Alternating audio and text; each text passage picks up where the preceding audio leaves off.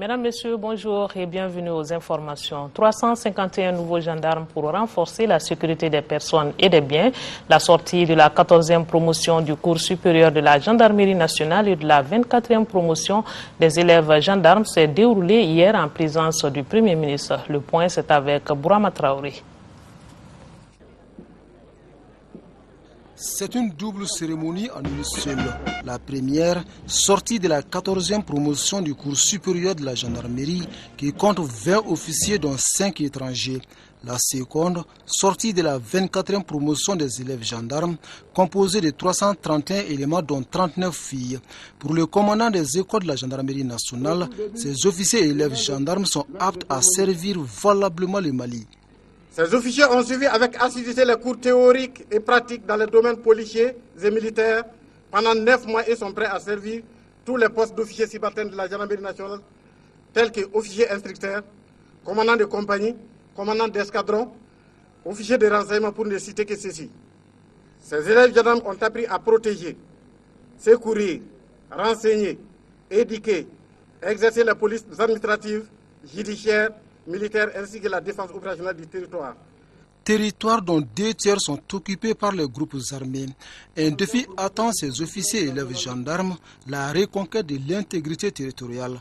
Pour faire face à cette question difficile, l'ère de la reconstruction de l'armée malienne a sonné. Surtout notre rêve de mettre en place une armée et des forces de sécurité solides et robustes pour pouvoir éviter que ce qui nous arrive aujourd'hui arrive jamais dans le futur, peuvent aussi devenir des réalités. Ces officiers et élèves gendarmes disposent désormais d'outils nécessaires, comme en témoignent ces techniques et démonstrations qui impressionnent plus d'un.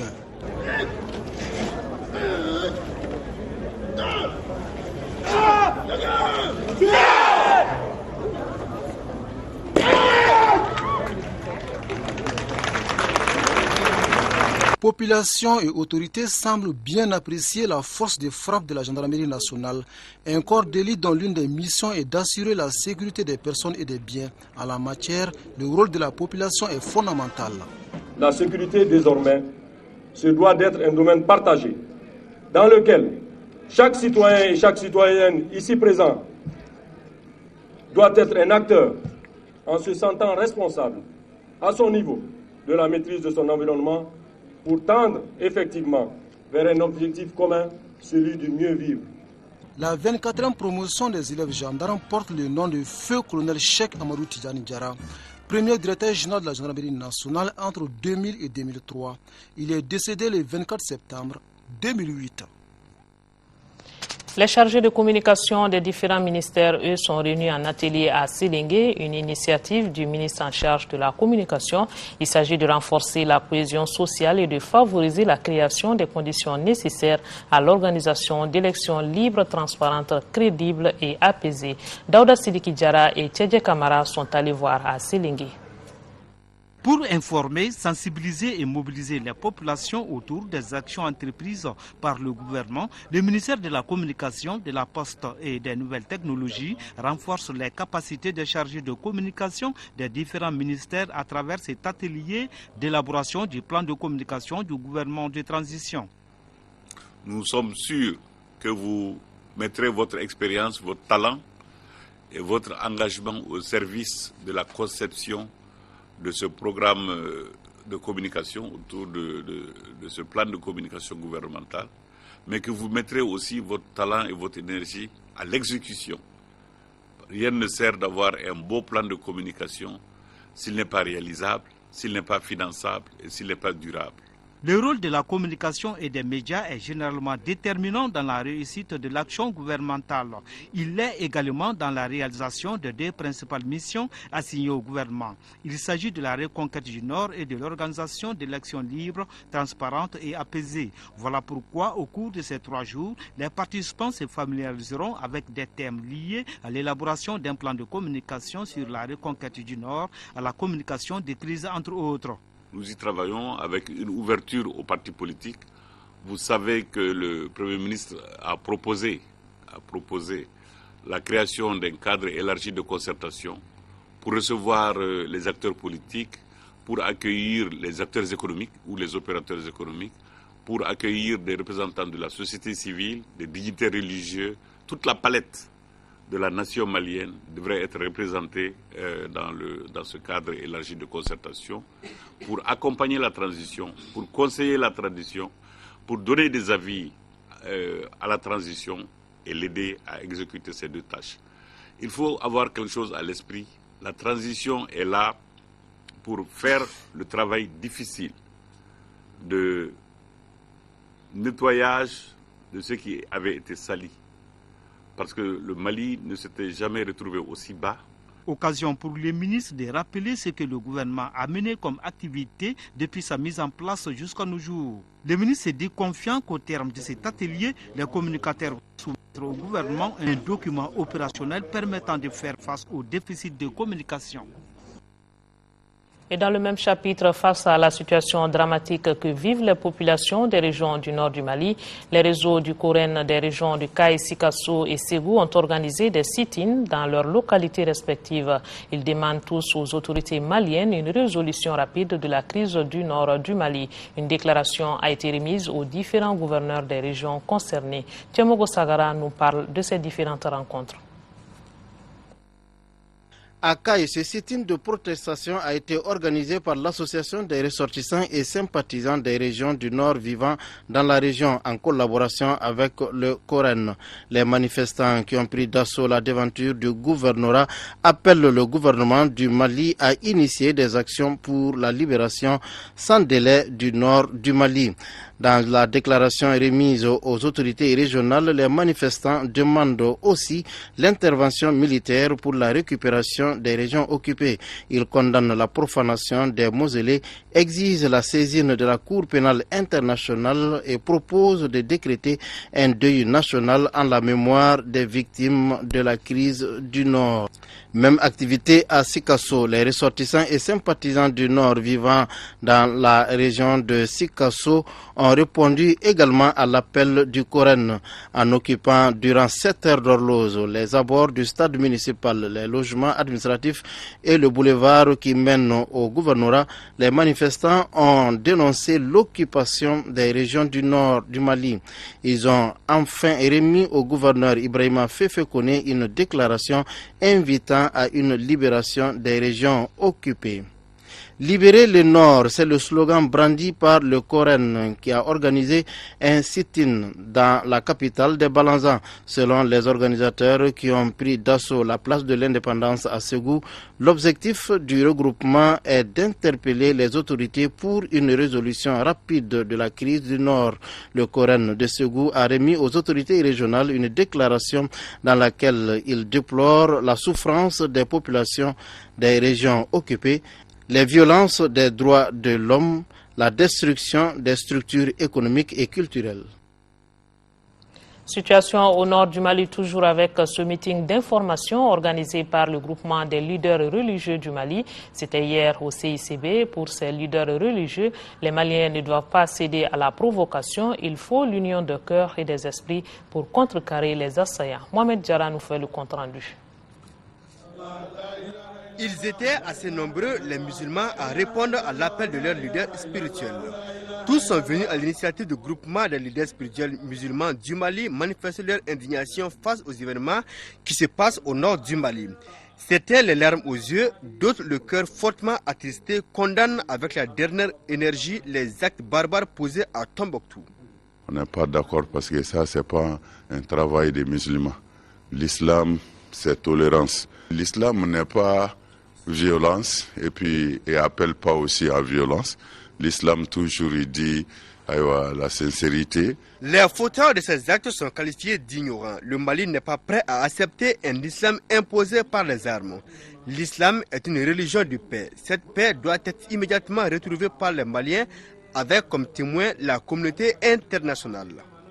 On réfute catégoriquement cette nouvelle idéologie islamique qui vient s'imposer à nous par les armes. Et du tout qui est contraire à l'islam. On interpelle l'opinion internationale. L'islam n'est venu que pour rendre la vie paisible ici-bas, aussi bien pour les pratiquants que pour les non-pratiquants. L'islam est la religion de la piété, de la vertu et qui donne le droit à tout un chacun, y compris ceux qui ne le pratiquent pas, Pour que les Maliens arrivent à contrecarrer les assaillants, il ne devait pas y avoir de fissures entre les musulmans. C'est pour cela que je suis venu délivrer un message pour demander à tout un chacun d'avoir beaucoup de retenue pour que nous puissions vraiment rester ensemble dans cette cohésion, dans cette unité pour faire face à tous les défis. Dans les jours à venir, un forum des leaders religieux sera organisé pour fédérer les idées des uns et des autres. Tous les Maliens sont préoccupés par la situation au nord du Mali. Le Conseil des Maliens d'Italie a organisé une journée de plaidoyer pour le Mali. La journée a été mise à profit pour sensibiliser l'opinion sur la situation au nord du Mali.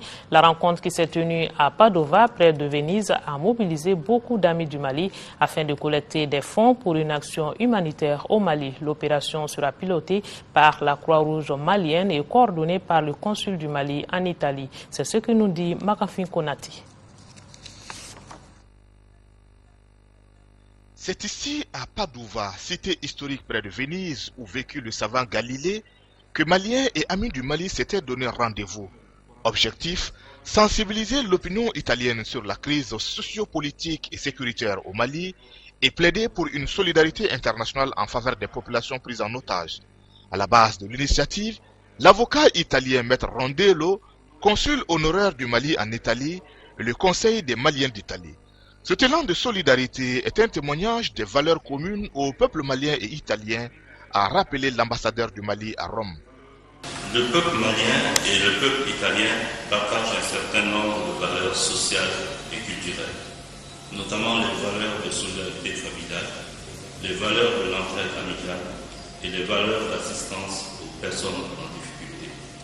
La générosité du cœur, la compassion et l'attention à l'autre sont chez nos concitoyens respectifs des attitudes profondément ancrées.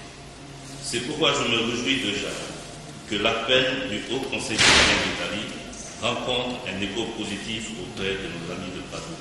La mobilisation était au rendez-vous, les témoignages à la hauteur des attentes. L'ancien ministre de l'Agriculture du Mali en service à la FAO a dressé le tableau de l'insécurité alimentaire dans la région. À sa suite, le président de la Croix-Rouge malienne a dépeint le drame humanitaire qui profile à l'horizon, cela soutenu par des images fraîches qui viennent du terrain. Il ne restait plus aux invités que de prendre fait et cause pour un appel du cœur en faveur du Mali. Cette rencontre a eu pour cadre l'université de Padoue construite auprès du musée qui porte le nom du savant Galilée. La mobilisation qui se renforce donc pour le nord du Mali. Nous parlons de dons maintenant avec plus de 100 000 tonnes de vivres et d'engrais qui sont disposés dans les entrepôts maliens à Abidjan et attendent d'être évacués au Mali. Cela dans la perspective surtout du mois de Ramadan qui s'approche. Le ministre de l'Équipement et son collègue de l'économie ont fait le tour mercredi dernier des magasins maliens pour s'imprégner des réalités. Auparavant, les deux ministres ont eu des séances de travail avec le personnel des entrepôts et de la représentation des douanes. Le compte rendu de nos envoyés spéciaux à Abidjan, Sidiki Dambélé, Idrissa Traoré. Aux Emarci, entrepôt malien en Côte d'Ivoire, les sacs de vivres, riz, sucre, blé et d'engrais s'étalent à perte de vue. Près de 100 000 tonnes au total sont stockées et n'attendent que des camions pour être évacués au Mali. Le constat a été fait par les ministres Mamadou Koulibaly et Tchena Koulibaly qui ont fait le tour des magasins pour s'assurer de l'approvisionnement correct. À quelques jours du mois sacré de Ramadan, toutes les dispositions seront prises pour acheminer le maximum de ces produits au Mali. Des dispositions sont en cours pour voir les conditions dans lesquelles, les bonnes conditions dans lesquelles on pourra acheminer ces produits. Donc les dispositions seront prises en rapport avec les autorités ivoiriennes pour que alors, ces produits-là soient acheminés en cette période d'hivernage et en cette période d'approche du mois de Ramadan au Mali. Au niveau de la compagnie malienne des transporteurs routiers, l'on évoque des difficultés, mais l'on rassure aussi qu'il n'y aura pas de rupture de stock. Au mois de juin, nous avons évacué 11 500 tonnes de produits tout confondus. Et au moment où je vous parle, nous avons 95 000 tonnes en stock en attente d'être évacuées vers le Mali. Donc ce problème est dû essentiellement, ce retard est dû essentiellement à la lenteur du déchargement des camions en provenance du Mali, notamment avec le coton fibre Ensuite, vous avez aussi les tracasseries sur le corridor vraiment, et la rétention des camions dans les poches de contrôle qui font qu'aujourd'hui le camion n'arrive pas à avoir le résultat et le nombre de choses de rotation escomptées. Auparavant, les ministres de l'équipement et de l'économie avaient eu des séances de travail avec les personnels des entrepôts maliens à Abidjan et celui de la représentation des douanes. Échanges autour des difficultés et, in fine, des ébauches de solutions pour que ces services puissent être des plus performants. Plus de 70% des échanges extérieurs du Mali étaient effectués par les corridors ivoiriens, mais du fait de la crise, il y a eu beaucoup de problèmes. Mais la tendance a commencé à remonter en 2004. Même exercice à l'ambassade et à la Maison du Mali à Abidjan, où les ministres ont invité nos compatriotes à plus de cohésion et à s'impliquer davantage dans la résolution de la crise qui secoue les pays. Et c'est la fin de ce journal. Merci de l'avoir suivi. D'autres informations à 18h et 20h. D'ici là, portez-vous bien. On n'oublie pas nos compatriotes des régions du nord du Mali vivant sous occupation. Nous sommes de cœur et d'esprit avec vous. Bonne suite de programme sur l'ORTM. Très bonne journée de vendredi à tous.